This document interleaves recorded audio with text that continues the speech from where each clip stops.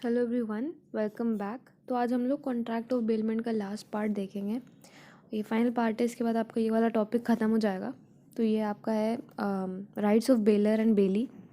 तो आज का वीडियो काफ़ी छोटा सा होगा क्योंकि ये टॉपिक भी काफ़ी छोटा है। तो जल्दी से स्टार्ट करते हैं, बिना टाइम वेस्ट करें हम लोग अपना टॉपिक। सबसे पहले देखते हैं राइट्स ऑफ बेलर। एक बेलर के क्या क्या राइट्स होते हैं। तो पहला है एनफोर्समेंट ऑफ राइट्स। ये कहता है the bailor can enforce all the liabilities और duties of the bailee as his rights. देखिए, बेली की जितनी भी ड्यूटी या फिर लाइबिलिटीज़ होंगी वो बेलर उनको अपने राइट्स की तरह एनफोर्स कर सकता है। जैसे कि अगर आपने अपने फ्रेंड को बुक्स दी हैं और आपने मतलब उसकी ड्यूटी होती है कि वो आपकी बुक्स को डिस्ट्रॉय ना करे, उसमें पेन ना चलाए, उसको कुछ भी तरह से ख़राब ना करे और ऑन टाइम रिटर्न करे।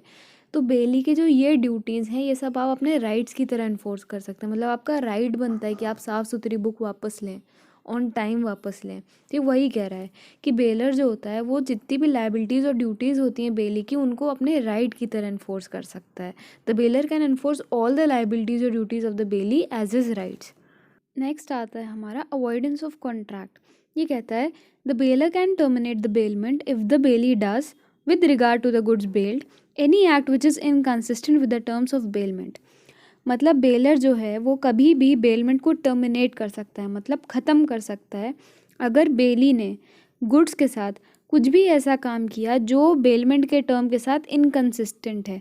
मतलब बेलमेंट के टर्म्स में जो बात नहीं कही गई थी, अगर बेली ने सामान के साथ वो चीज़ किया तो बेलर का राइट बनता है कि वो बेलमेंट को टर्मिनेट कर दे, ख़त्म कर दे उसी टाइम। फॉर एग्ज़ाम्पल, आपके पास सपोजिटली एक हॉर्स है। आपने वो हॉर्स अपने फ्रेंड को 1 मंथ के लिए दिया बेलमेंट पे और आपने कहा कि हॉर्स राइडिंग तुम सीख लो मेरे हॉर्स से, लेकिन तुम ये हॉर्स किसी और को मत देना। अब आपके फ्रेंड ने क्या करा, अपने सब फ्रेंड्स को बुला लिया, अपने कज़न्स को बुला लिया और सबको हॉर्स राइडिंग कराने लगा।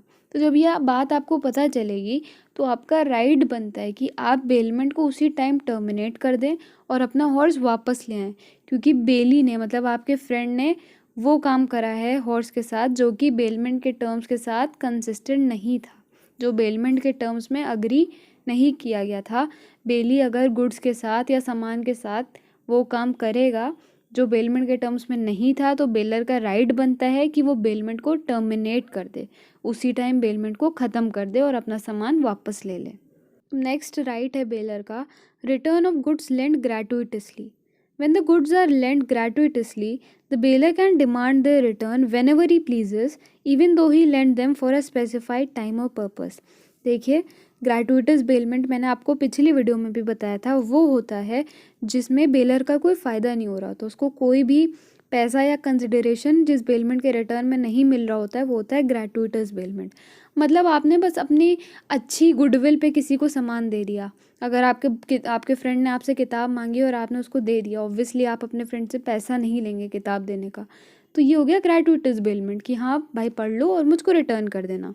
तो ये वही कह रहा है कि ग्रेटुइटस बेलमेंट पे जो सामान दिया जाता है, बेलर का राइट बनता है कि उस सामान की वापसी वो कभी भी डिमांड कर सकता है। जब भी उसका मन होगा वो सामान वापस मांग सकता है, इवन दो उसने वो सामान एक स्पेसिफाइड टाइम पीरियड के लिए दिया था।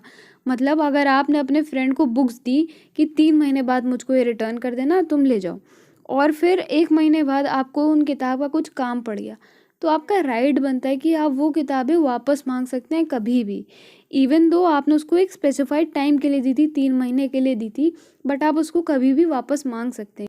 तो ये पॉइंट बस इतना ही कह रहा था कि when the goods are lent gratuitously, the bailor can demand the return whenever he pleases, even though he lent them for a specified time और पर्पस।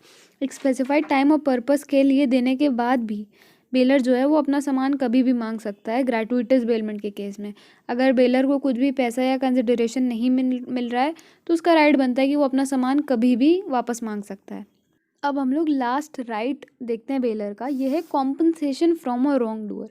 जो भी आपके साथ थर्ड पार्टी या फिर बेलर के साथ गलत करेगी तो बेलर का राइट बनता है कि उससे वो कॉम्पनसेशन ले उस चीज़ का। ये कह रहा है if a third person wrongfully deprives the bailey of the use or possession of the goods bailed or does them any injury, the bailor or bailey may bring a suit against the third person for such deprivation or injury. अगर कोई third party बेली को सामान लेने नहीं दे रही है, जैसे आपने अपने सर्वेंट के थ्रू सामान भेजा और फिर सर्वेंट वो सामान लेकर के गायब हो गया, तो सर्वेंट ने क्या करा, बेली को डिप्राइव करा of the use of possession of the goods, जो भी सामान आपने भेजा था। तो फिर अब आप यानी बेलर और बेली दोनों मिलके केस कर सकते हैं अपने सर्वेंट के अगेंस्ट कि मैंने इसको कुछ सामान लेकर के भेजा था और इसने वो सामान नहीं पहुंचाया। ये वही कह रहा है, कोई भी आपके साथ अगर रॉन्ग डूइंग हुई है बेलमेंट के टर्म्स में, तो फिर आपका राइट बनता है कि आप जा कर के उससे कॉम्पनसेशन ले उस चीज़ का, उसके अगेंस्ट केस कर दें, चाहे वो बेली करे या फिर कोई थर्ड पार्टी करे। बेलर का राइट है कि वो कॉम्पनसेशन लेगा फ्रॉम द रॉन्ग डूअर। अब हम लोग वीडियो के लास्ट पार्ट पे आ रहे हैं, वो है राइट्स ऑफ बेली।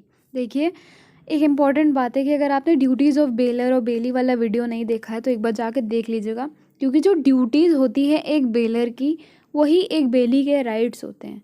जो बेलर की ड्यूटी है वो बेली के राइट्स हैं। तो अगर आपके एग्ज़ाम में क्वेश्चन आता है कि द राइट्स ऑफ अ बेली, तो अगर आपने बेलर की ड्यूटीज़ पढ़ी हैं तो आप उनको ही बेली के राइट्स में लिख सकते हैं, आपका आंसर सही होगा।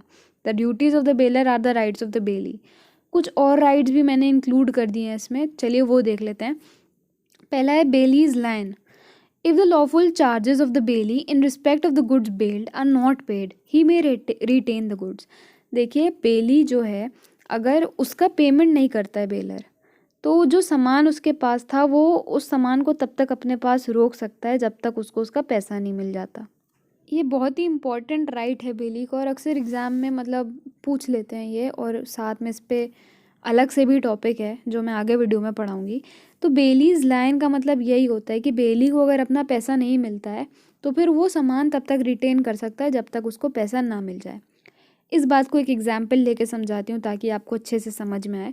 सपोजिटली आपने अपने नेबर से कहा कि देखिए मेरे पास 50 बोरे सीमेंट के हैं, बट मेरे पास रखने की जगह नहीं है, 1 महीने तक आप इसको अपने घर पे रख लीजिए और मैं आपको इन रिटर्न 2000 रुपीज़ दे दूँगा। अब जब 1 महीना हो जाएगा तो आपके नेबर का ये राइट बनता है कि जब तक वो 2000 रुपीज़ आप उसको नहीं दे रहे हैं, वो आपको आपके 50 बोरे सीमेंट वापस नहीं करे। यही है राइट ऑफ बेली। मतलब बेलीज लाइन का मतलब यही है कि जब तक बेली को अपना पेमेंट नहीं मिल जाता है, बेली जो है वो बेलर का गुड्स अपने पास रिटेन कर सकता है, रोक के रख सकता है। This right of bailee to retain the goods is known as particular lien. ये जो बेली का राइट होता है सामान को अपने पास रोक करके रखने का, इसको पर्टिकुलर लाइन भी कहते हैं। नेक्स्ट है delivery of goods to one of several joint bailor of goods.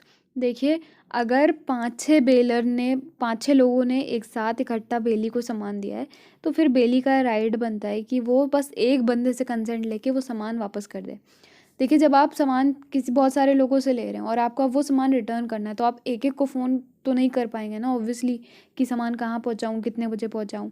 तो बेली का ये राइट बनता है कि अगर बहुत सारे जॉइंट ओनर ऑफ गुड्स हैं तो वो एक बंदे से पूछे और उसके डिसीजन के अकॉर्डिंग गुड्स जो हैं वैसे ही रिटर्न कर दे जैसे वो चाह रहा है। हाँ, वो बात अलग है कि जब आपने कॉन्ट्रैक्ट किया था, अगर उस कॉन्ट्रैक्ट के टर्म्स में लिखा है कि नहीं जब सामान वापस होगा तो एक एक बंदे से पूछा जाएगा, तब तो बेली को पूछना पड़ेगा। बट अगर ऐसा स्पेसिफाइड नहीं है तो बेली का राइट बनता है कि वो एक इंसान के अकॉर्डिंग सब कुछ रिटर्न कर दे।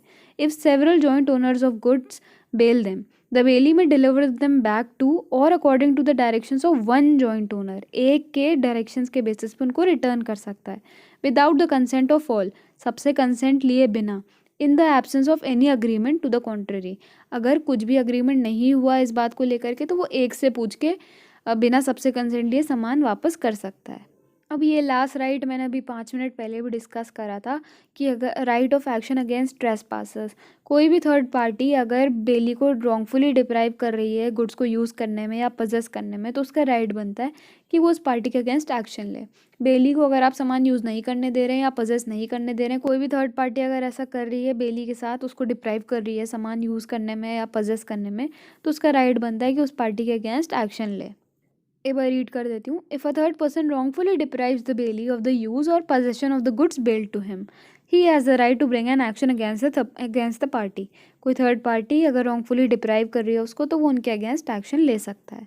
तो with this we have completed rights of bailor and bailee, और हमारा कॉन्ट्रैक्ट ऑफ बेलमेंट भी ख़त्म हो गया है। आई होप आपको ये वीडियो अच्छी लगी होगी, आपको ये तीनों पार्ट समझ में आए होंगे। अगर आपको कोई भी डाउट हो तो आप कमेंट सेक्शन में कमेंट करके मुझसे पूछ सकते हैं, और अगर आपको किसी नए टॉपिक पे वीडियो बनवाना हो तो आप मुझे वो भी सजेस्ट कर सकते हैं। और अगर आपने मेरा चैनल सब्सक्राइब नहीं किया तो प्लीज़ सब्सक्राइब कर लीजिए, अगर आपको मेरा कंटेंट अच्छा लगता है of course. And thank you so much for watching.